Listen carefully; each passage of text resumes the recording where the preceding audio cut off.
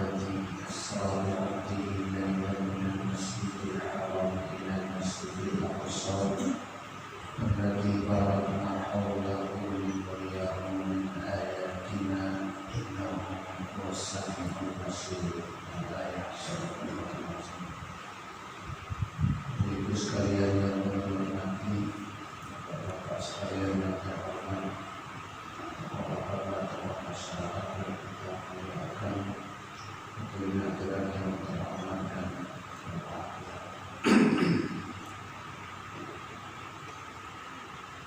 Dan kita bersyukur banyak kepada Allah Subhanahu wa Ta'ala atas limpahan taufik hidayah yang diberikan kepada kita bersama.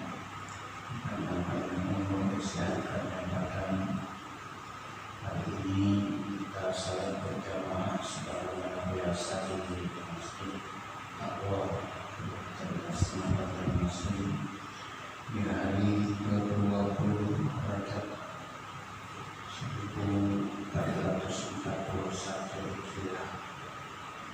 Seminggu lagi kita akan berada di tanggal 27 Rajab. Satu hari besar dalam Islam mengingatkan kita kepada peristiwa Islam yang hajinya Nabi kita besar Muhammad Sallallahu Alaihi Wasallam. Salam mudah-mudahan tercurah kepada Nabi kita Muhammad Sallallahu Alaihi Wasallam yang mengingatkan Islam yang hajinya selalu diperingati oleh kita umat Islam, terutama sekali bulan Rajab seperti sekarang. Bila di mana-mana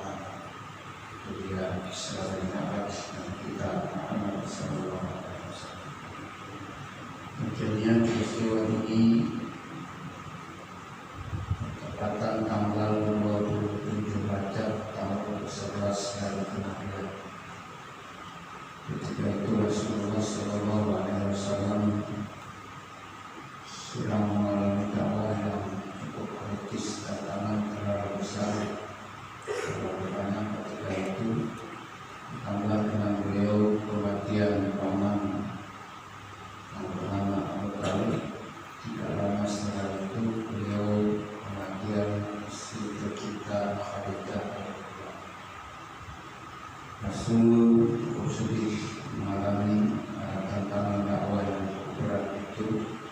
Oleh Allah beliau diundang untuk menghadap ajarannya dalam peristiwa Isra Mi'rajnya Rasul Sallallahu Alaihi Wasallam. Sehingga kita lihat berdasar ayat Al-Isra ayat 1, Tuhan ingin menunjukkan tanda-tanda kebesarannya kepada Nabi dan umatnya. Dimulailah min ayatina. Kemudian berdasar sejarah Islam, Tuhan ingin menghibur Nabi yang saat itu sedang mengalami kesedihan hamil khusus. Kemudian yang ketiga, Tuhan ingin memperlukan salat mengawali sehari semalam kepada Nabi dan kepada umatnya. Karena itu peristiwa ini perlu dikaji lebih dalam lagi oleh kita untuk mengambil hikmah pelajaran setiap tahun pada nanti Isra Mi'rajnya Rasul Sallallahu Alaihi Wasallam. Bapak Ibu hadirin sekalian yang aku menghormati, surah Al-Isra ayat 1 dengan tegas telah menyatakan peristiwa Isra Mi'raj itu. Subhanallazi asra bi'abdihi laila. Maksudnya Tuhan yang telah menjalankan hambanya, mengisrakan hambanya dari sudut malam suatu malam. Untuk Mi'raj diceritakan panjang lebar dalam Al-Quran surah An-Najm ayat 1 sampai ayat 18. An-Najmi idza hawa wa qad sahibukum wa hawa wa ma yantiqu 'anil hawa in huwa illa wahyun yuha, dan seterusnya. Kemudian dalam hadis Nabi merupakan banyak terkait Isra Mi'raj ini. Paling tidak tercatat ada 26 orang sahabat terlibat meriwayatkan hadis tentang peristiwa itu. Banyak hadis tentang itu. Salah satunya adalah hadis riwayat Muslim yang cukup panjang, berkaitan hampir 1 halaman dari kitab Muslim itu. Dan di dalamnya menceritakan proses terjadinya. Intinya kita lihat pertama, Utitu bil buraq, kata Rasul, kepadaku didatangkan Allah Subhanahu wa Ta'ala buraq, hewan yang jalannya cepat sesuai namanya, dari barqun. Barqun artinya kilat, menunjukkan perjalanannya secepat kilat. Kepadaku didatangkan buraq. Kemudian setelah datang kepadaku itu, kata Rasul, itu aku pun diminta untuk mengendarainya hatta utitu baital masjid, hatta utitu masjid al-Aqsa. Aku diminta untuk mengendarainya, kemudian tidak terasa aku sudah datang ke Masjid al-Aqsa. Kita tahu Masjid al-Aqsa cukup jauh dari Mekah sana. Kalau pakai terblangan itu perjalanan baru sampai di sana, tapi areanya sekitar sudah sampai ke Masjidil Aqsa. Memang sekarang dikuasai oleh Yahudi. Sebutkan dalam Al-Quran, dalam Al-Quran, Yahudu wa lan Nasara hatta tattabi'a millatahum. Yahudi Nasrani tidak senang pada engkau dan umat Muhammad kecuali kamu mengikuti ajaran mereka. Quran surah Al-Baqarah ayat 120 menceritakan itu. Ini Masjidil Aqsa. Sekarang alhamdulillah, terutama jemaah umrah kita, ada yang umrah ke Haram, kemudian ke Madinah, umrah ke Makkahul Mukarramah. Sementara itu sempat ziarah religi sampai ke Baitul Maqdis, Masjidil Aqsa. Sudah cerita tentang itu sudah banyak diketahui oleh masyarakat kita. Kalau itu Masjidil Aqsa. Yang ketiga, pada khalqul masjidah fasalaitu rak'atain. Aku masuk masjid itu, kata Rasul, kemudian salat 2 rakaat. Ada beberapa ulama yang mengatakan salatnya ini salat mutlak. Aku salat 2 rakaat karena Allah Ta'ala.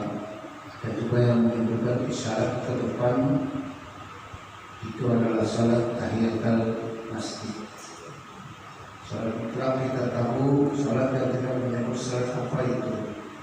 Kalau pada usalli sunatan raka'ataini lillahi ta'ala, sholat sunat 2 rakaat karena Allah. Sudah tahu kita yang sudah sering kita lakukan bersama. Pahalanya untuk kita bisa juga dihadiahkan untuk almarhum dan almarhumah melalui sholat itu. Kemudian yang kedua, salat tahiyatul masjid kita tahu ada hadis mengatakan idza dakhala ahadukumul masjidah fala yajlis hatta yusalli rak'atain. Bila kamu masuk masjid, jangan duduk di masjid itu kecuali salat dulu 2 rakaat, namanya tahiyatul masjid. Itu juga kita lakukan bersama, dilakukan oleh umat Islam setiap masuk masjid. Cuman kadang-kadang ada masuk masjid yang harus sempat lagi melakukan itu. Gimana itu? Misalnya ibu-ibu ada acara saudara di sini, bawa mukena dari rumah tidak terbawa, di sini mukena terbatas, akhirnya langsung duduk. Bagaimana itu? Saudara tadi mencoba mencarikan jalannya. Kalau ibu yang kondisinya begitu diganti dengan membaca tasbih 3 kali berturut-turut. Kita lain menyebutkan 4 kali berturut-turut tasbihnya. Subhanallah walhamdulillah wala ilaha illallah wallahu akbar wala haula wala quwwata illa billahil aliyyil azim. Terutama salat tahiyatul masjid kalau kondisinya kita sulit melakukan karena tidak terbawa alat seperti mukena sini ibu, silakan duduk tapi baca tasbih itu 3 kali dan buku yang lain menyebut 4 kali. Subhanallah walhamdulillah wala ilaha illallah wallahu akbar wala haula wala quwwata illa billahil aliyyil azim. Bergantian kita tidak terhalang melakukan tahiyatul masjid. Tidak ada halangan kalau ini dilaksanakan ini ajaran kita alhamdulillah. Idza dakhala ahadukum masjidah fala yajlis hatta yusalli rak'atain. Bila masuk masjid jangan duduk dulu sebelum salat zuhur. Itu pun disebut dalam sebuah mukaddim, masuknya itu pun tidak terhalang-halang oleh ungkapan pembicaraan lain. Begitu masuk langsung salat tahiyatul masjid. Kalau sempat mondar-mandir dulu itu waktunya sudah dinilai bisa kehabisan waktu untuk salat tahiyatul masjid. Artinya tuntutan untuk salat tahiyatul masjid itu terhalang oleh pembicaraan kita mondar-mandir macam-macam. Jadi maksudnya dari situ adalah untuk masuk langsung salat tahiyatul masjid dulu. Sebutkan begitu. Ini ada ulama kita yang menyebutkan salatnya itu kalau tidak isyarat atau menyebutkan itu salat tahiyatul masjid. Ada pendapat itu. Yang ketiga itu. Kemudian yang keempat adalah fakharah itu. Apapun keluar dari masjid itu setelah selesai kata Rasul, Faja'ani Jibril. Jibril menemui aku di pintu masjid itu. Bi'ina'in min khamar wa ina'in min laban. Jibril menemuiku saat itu di depan pintu itu. Di tangan beliau ada 12 air.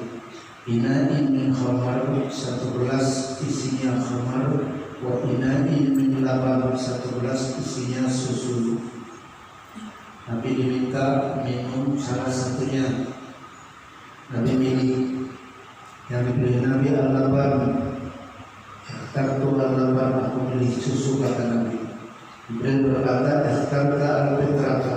Engkau alhamdulillah hai Rasul memilih kefitrahan. Fitrahan di semangat peradaban tinggi atau kita disebut juga kullu mauludin yuladu 'ala al-fitrah. Setiap manusia lahir dalam kondisi fitrah, suci, bersih. Sayangnya fitrahan kadang-kadang terganggu oleh kondisi lingkungan dan kondisi di mana kita berada. Kita lahir dalam kondisi fitrah, kiri kanan mempengaruhi kita. Bahwa yuhawidani, orang tuanya lah yang menentukan anak itu Yahudi. Bahwa yuhawidani, apakah anak itu ke depan nanti akan jadi Yahudi, atau Nasrani atau akan jadi Nasrani, atau Yunajisani atau akan jadi Majusi atau Islam Barat dipengaruhi oleh orang tua. Karena itulah pesan agama kita, orang tua terhadap anak hati-hati sejak ini sudah punya pengetahuan bagaimana membina anak agar ke depan anak jadi anak yang saleh. Karena orang tua sangat berpengaruh terhadap anak yang benar. Haqqul walidi ala waladihi ayyuhsina ismahu kata Rasul. Orang tua punya kewajiban terhadap anaknya itu pertama ayyuhsina ismahu, memberi nama dengan nama yang terbaik, yang baik. Dan nanti akan dipanggil namanya itu dan dipanggil nama orang tua. Doa rabbakum yawmal qiyamati bi asma'ikum wa asma'i abaikum. Kamu nanti akan dipanggil dengan namamu, lengkap dengan nama orang tua. Karena itu bagus-bagus menamai anak pesan Nabi yang pertama. Yang kedua, kewajiban orang tua adalah bahwa memberikan pendidikan akhlakul karimah pada anak. Kalau di saat sekarang penting sekali akhlak, pendidikan akhlak. Yang ketiga, ayyu'allimahu as-sibahata wal himayata wal himayata. Ayyu'allimahu al-kitabata was-sibahata wal himayah. Menjadi anak pandai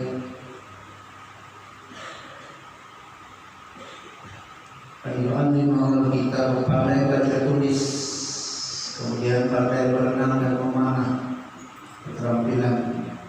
Yang keempat, alla yarzuqahu illa thayyiba, jangan memberi makan terhadap anak kecuali makanan yang bagus, halal li dzati halal li ghairi. Halal li dzati artinya benda yang akan dimakan memang boleh dimakan menurut agama. Kemudian yang kedua, halal li ghairi, cara mendapatkannya juga harus halal. Kita kadang-kadang bisa sering melihat di televisi itu ada orang yang makan macam-macam. Kita lihat ada kelelawar ditangkap dimakan, makan mentah juga itu kita lihat. Kodok ditangkap dimakan mentah, luar biasa itu. Apalagi kita lihat, akhirnya macam-macam hal yang terjadi. Islam mengatakan alla yarzuqahu illa thayyiba, jangan memberi makan kepada anak dan keturunan kecuali baik. Baik di sini halal, halal ada dua, halal lidzati, bendanya yang memang boleh dimakan menurut agama. Kemudian yang kedua halal lighairi, cara mendapatkannya juga harus halal. Jadi keduanya itu harus terpenuhi kita. Kalau makanan halal, mendapatkan halal, mudah-mudahan berkah. Keberkahan perlu mewarnai kehidupan kita. Kita berharap kita semua dapat keberkahan dari Allah Subhanahu. Kemudian yang terakhir, ayyuzawijahu iza arada, mengawinkan anak kalau memang dia sudah sanggup untuk kawin. Lelakian di dunia kalau memang sudah sanggup untuk kawin, menurut Nabi kawinkan. Tugas orang tua. Setelah itu apalagi tugas orang tua terhadap anak, mengawasi dia bagaimana perkembangan setelah dia berkeluarga. Kalau memang lurus, kembangkan bagus-bagus. Kalau memang menyimpang, luruskan. Masalah tugas kita dalam rangka membina anak saleh dan saleh. Kembali ke sini, Rasul milih fitrah. Sayangnya kefitrahan kadang-kadang dipengaruhi oleh macam-macam seperti yang tadi. Orang tua berpengaruh sekali terhadap perkembangan anak, lingkungan berpengaruh terhadap perkembangan anak, kondisi di mana anak berada itu berpengaruh. Kawan dengan orang baik, insya Allah anak kita ke depan akan menjadi orang baik. Kawan dengan orang tidak bagus, tidak baik, ke depan juga akan berpengaruh. Nabi milih al-lapar, susu. Ikhtarta al-fitrah, kata ibu. Engkau milih fitrah. Kita kadang-kadang membayangkan jika Nabi minum khamar saat itu, semua kita yang berada. Wah, mengatakan Nabi milih al-lapar. Itu. Kemudian yang keenam, Mi'raj. Setelah itu baru Rasul di Mi'rajkan.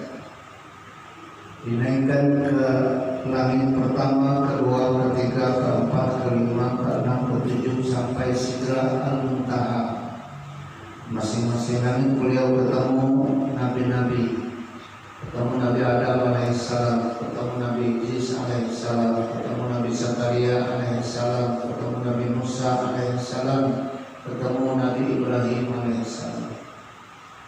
Semua Nabi, kata Rasul, mengatakan selamat datang kepadaku dan mendoakan kebaikan bagiku. Para hababi wa da'ani bi khair. Mereka seluruhnya menyampaikan ucapan selamat kepadaku dan mendoakan kebaikan bagiku. Ini isyarat dengan kita bahwa antar kita perlu saling mendoakan untuk kebaikan, termasuk terhadap orang-orang yang mungkin memusuhi kita, mendengki pada kita, mendoakan untuk kebaikan-kebaikan. Dicontohkan oleh Nabi sendiri ketika beliau berdakwah, ketika beliau lari pontang-panting ke Taif setelah dikejar-kejar oleh kafir Quraisy. Di tengah jalan gunung kiri kanan mohon izin kepada Nabi agar Nabi mengiyakan mereka untuk menghancurkan kafir Quraisy. Nabi tegas menjawab saat itu, Allahumma hdi qaumi fa innahum la ya'lamun. Ya Allah, beri petunjuk umatku, mereka menentang aku, tidak tahu siapa aku. Mereka menentang aku, mereka tidak tahu kalau ajaran yang aku sampaikan akan menyelamatkan mereka, karena tidak tahu kalau mereka menentang aku. Karena itu, Allahumma hdi qaumi fa innahum la ya'lamun. Ya Allah, beri petunjuk kaumku, karena mereka tidak tahu apa yang aku sampaikan. Musuh itu Nabi doakan untuk dapat petunjuk. Kita juga diajari seperti itu, mendoakan siapapun untuk kebaikan-kebaikan. Para hababi wa da'ani bi khair. Beliau menyampaikan ucapan selamat kepadaku dan mendoakan aku agar berada dalam kebaikan-kebaikan. Jadi kawan kita, hubungan akrab dengan beliau kita doakan untuk kebaikan. Masyarakat kita doakan untuk kebaikan. Kawan-kawan kita yang betul-betul menyimpang jalan juga kita doakan. Mudah-mudahan beliau diberi petunjuk oleh Allah dan pada waktunya kembali ke jalan yang sebenarnya. Beliau dimi'rajkan sampai ke langit ke-7, kemudian naik lagi sampai ke Sidrah al-Muntaha. Jibril alaihissalam menemani Nabi sampai langit ke-7. Itu diterangkan dalam kitab Dalil itu. Ke atasnya itu Jibril menyebut bahwa itu bukan alam bulan, sudah alam ketuhanan, kata Jibril. Alam lahut. Nabi yang naik ke atas. Ketika di atas sana ketemu Allah Subhanahu wa taala. Tuhan berfirman kepada Nabi kita, berkata kepada Nabi kita, "Faradu 'alaika wa 'ala ummatika 50 salatan." Kufardukan kepadamu dan kepada umatmu wahai Muhammad salat 50 kali sehari semalam. Nabi terima apa adanya, itu bawa turun ceritanya, itu bawa turun. Ketemu Nabi Ibrahim di langit ke-7 tidak banyak pertanyaan. Ketemu Nabi Musa di langit ke-6, beliau menanyakan apa oleh-oleh selama haji, apa oleh-oleh ketemu Allah Subhanahu wa taala. Nabi menyebutkan salat 50 kali sehari semalam. Dalam kitab Dalil diceritakan Nabi Musa alaihissalam menyarankan agar minta keringanan karena itu terlalu berat. Umatku, kata Nabi Musa, punya 2 kewajiban, penyembahan para batu, 2 kewajiban itu pun masih banyak yang tidak tunai, masih banyak yang tidak tunai. Aku membayangkan kalau 50 kali bagi umatmu yang kecil-kecil itu berat, wahai Muhammad, minta keringanan. Rasul pun minta keringanan, alhamdulillah dikurangi banyak, 45 potongan, sisa 5. Begitu sisa 5 itu pun Nabi Musa tetap minta. Rasul menjawab, istahya itu ila Rabbi, aku malu dengan Tuhan, kata Rasul. Belum membayangkan kalau Nabi sekali lagi potong 5 harus sembuh. Terus membayangkan Nabi dia. Kabarnya kadang-kadang ada aliran-aliran seperti yang begitu terakhir ini. Mudah-mudahan informasi itu pada benar, tapi tidaknya ada berita itu bahwa ada ajaran yang mengatakan ada sembahyangan Nabi. Wah, ini kekafiran ini. Ada juga yang menyebutkan orang sakit berfatwa bernasihat kalau salat dalam meninggal dunia nanti kalau usah mandi, kalau usah kapan, kalau usah dibayarkan, kalau usah dikubur. Wah, ajaran apa ini? Sempalan pada ini. Kalau usah mandi, kalau usah dikafan, kalau usah dikubur, kalau usah disalatkan, kalau usah disalatkan, kalau usah dikubur. Wah, ini bertentangan dengan ajaran agama kita. Kewajiban kita yang hidup memandi, mengkafan, mensalatkan, menguburkan. Kalau ada di antara kita yang meninggal dunia, yang hidup punya kewajiban itu. Cuman yang ada ini beliau berpesan katanya, kata keluarganya, ujar apa itu. Kalau aku mati, kalau saya dikafan, kalau saya dikubur, kalau saya mandi, kalau saya dikubur, kalau saya sembahyang. Orang menanyakan mau diapakan mayat itu, dia hilang sendirinya katanya. Wah, hilang semuanya. Dicoba ditahan, ada kabar juga, dicoba ditahan 2-3 hari bobo, kabar baik ini, mudah-mudahan ini ada benar. Salat 5 kali sehari semalam. Waqimis salata inna salata tanha 'anil fahsya'i wal munkar. Ini perolehan Nabi ketika Isra Mi'raj. Tetapkanlah oleh salat. Sesungguhnya salat itu mencegah pelakunya dari perbuatan fahsya dan munkar. Pelaku salat akan terhindar dari perbuatan fahsya dan terhindar dari perbuatan munkar. Yang tidak salat akan bergelimpangan dengan hal itu. Tapi yang salat insya Allah aman dari fahsya dan munkar. Dalam beberapa penafsiran kita lihat fahsya itu bentuknya pertama kekikiran, kedua perzinahan, yang ketiga homoseksual, yang keempat kemusyrikan atau kesyirikan. Orang yang salat aman dari kepikiran. Kemudian orang yang salat terhindar dari perbuatan perzinahan. Orang yang salat terhindar dari homoseksual. Orang yang salat terhindar dari kemungkinan mempersekutukan Allah. Quraisyah dalam tafsir Al-Misbah menyebutkan ini. Jadi salat mencegah orang dari kikir, dari praktek zina, dari homoseksual, dari kesyirikan. Itu sebesar ini. Kikir, kita tahu kikirnya pelik, pamalar, angkin, angkin beracun. Perzinahan kita tahu sebesar, semacamnya juga termasuk LGBT, lesbian, gay, biseksual, transgender, mirip-mirip dengan perzinahan. Aman dari situ, maksudnya yang bersangkutan terpelihara dari situ, karena dia tahu lewat salatnya menghindarkan yang seperti itu. Tanha 'anil fahsya'i wal munkar. Dia tercegah dari fahsya, perbuatan besar-besar itu aman. Dia ingat Allah. Salat hakikatnya ingat Allah. Karena yang ingat Allah insya Allah tidak akan melibatkan diri ke dalam fahsya dan munkar itu. Sementara munkar itu menurut Quraisyah adalah pelanggaran hukum. Orang yang salat aman dari pelanggaran hukum adat. Dia tidak melanggar hukum adat, hukum agama apalagi. Kemudian dia juga tidak melanggar budaya yang berkembang di masyarakat. Norma masyarakat juga dia aktif, beradab. Dengan kalimat lain, orang salat itu berakhlakul karimah. Lewat salat membisikkan kepadanya nilai-nilai batinnya akan bersuara. Itu tidak benar, itu tidak benar, itu tidak benar. Yang tidak benar mesti dia pelihara terus. Jangan sampai melakukan hal itu. Ini orang yang salat terpelihara dari berbuat fahsya dan munkar. Tuhan berfirman, wa aqimis salata, karena itu salatlah kamu, inna salata tanha 'anil fahsya'i wal munkar. Sesungguhnya salat itu mencegah dari perbuatan fahsya dan perbuatan munkar. Wa dzikrullahi akbar, ingat Allah. Melalui salat itu dinilai ibadah paling utama. Salat ibadah paling utama.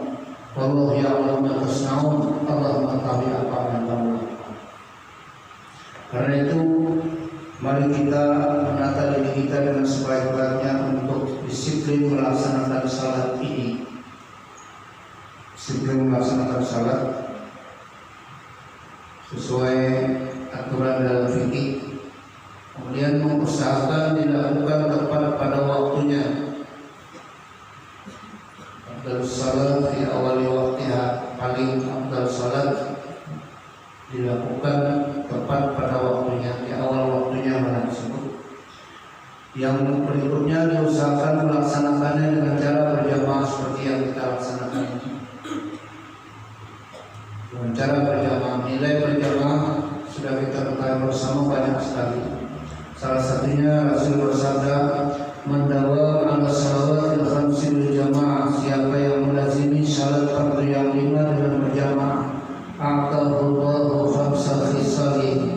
Tuhan berikan kepadanya 5 keistimewaan. Pertama, yurfa'an hudikul aisy. Tuhan bebaskan kesulitan kehidupan. 1. Yang kedua, yurfa'an hu'adzabal qabri. Tuhan amankan, Tuhan bebaskan dari azab kubur. Yang ketiga, yu'ta kitabahu biyamini.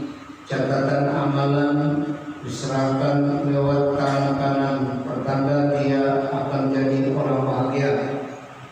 Yang keempat, yamurru 'ala sirati kal barqil khatib. Lewat siratal mustaqim bagai kilat cepat sekali. Yang kelima, yadkhulul jannata bighairi hisab. Masuk surga tanpa hisab. Ini akan diperoleh oleh orang yang melazimi salat berjamaah. Nilainya sudah tahu kita semua. Sendirian melakukan dapat derajat 1, tapi kalau berjamaah dapat 27 derajat. 5 kali sehari semalam melaksanakannya sendirian, 5 kali 1 sama dengan 5 saja. Tapi kalau berjamaah 5 kali 27 135. Belum lagi seminggu, sebulan, setahun, 10 tahun seumur hidup, luar biasa. Ini berjamaah. Alhamdulillah ini sudah kita lakukan bersama-sama seperti yang ada ini. Mari kita abadikan itu, mari kita disiplinkan melaksanakan salat fardu dengan berjamaah. Di samping itu, berjamaah menunjukkan nilai-nilai kesatuan persatuan. Rasulullah suatu saat sedang salat di Masjid Nabawi. Kebetulan hari hujan lebat. Masjidnya ketika itu sederhana banget. Ada orang di samping Rasul, kebetulan orang kaya, bertanya kepada Nabi, "Hai Rasul, kapan kita merehab masjid kita yang kebetulan kalau ada hujan birisan seperti ini?" Rasul mengatakan kepada orang itu, "Mari kita kumpulkan masyarakat untuk setiap waktu salat berjamaah bersama-sama. Dari salat berjamaah nanti akan timbul pikiran beragam di antara kita, termasuk memikirkan masjid ini kayak apa supaya ke depan bagus. Pikirkan bersama-sama, ini sarana kesatuan persatuan ketika itu akhirnya merehab Masjid Nabawi. Kalau sekarang luar biasa, kalau melihat Masjid Taqwa ini luar biasa juga. Untuk umumnya luar biasa ini. Para masih asal rumah pengantin ini pakai luar biasa. Jadi ini jamaahnya banyak. Memang jamaah kita banyak banget. Subuh 45 baris, zuhur ya 2, asar ya 2, maghrib sudah ya, isya ya 2, luar biasa. Perlu mohon maaf Pak Ketua Umum ketika mencontohkan masjid itu rohnya adalah jamaah, saya tersambat Masjid Taqwa bahwa hidup benar rohnya itu, masjidnya hidup benar karena rohnya jamaahnya banyak. Itu satu. Yang kedua yang sering saya contohkan itu masjid Karya Thayyibah KSN. Banyak juga orangnya itu. Nah hebatnya kalau kita ini jamaah ketika salat fardu maghrib itu masjidnya hibah, ketika tausiah rata-rata kalau saling gerakan jual karena mendahulukan Tuhan bertahan sampai selesai, luar biasa. Ada kesana kelambatan berangkat kesana datang kesana, salatnya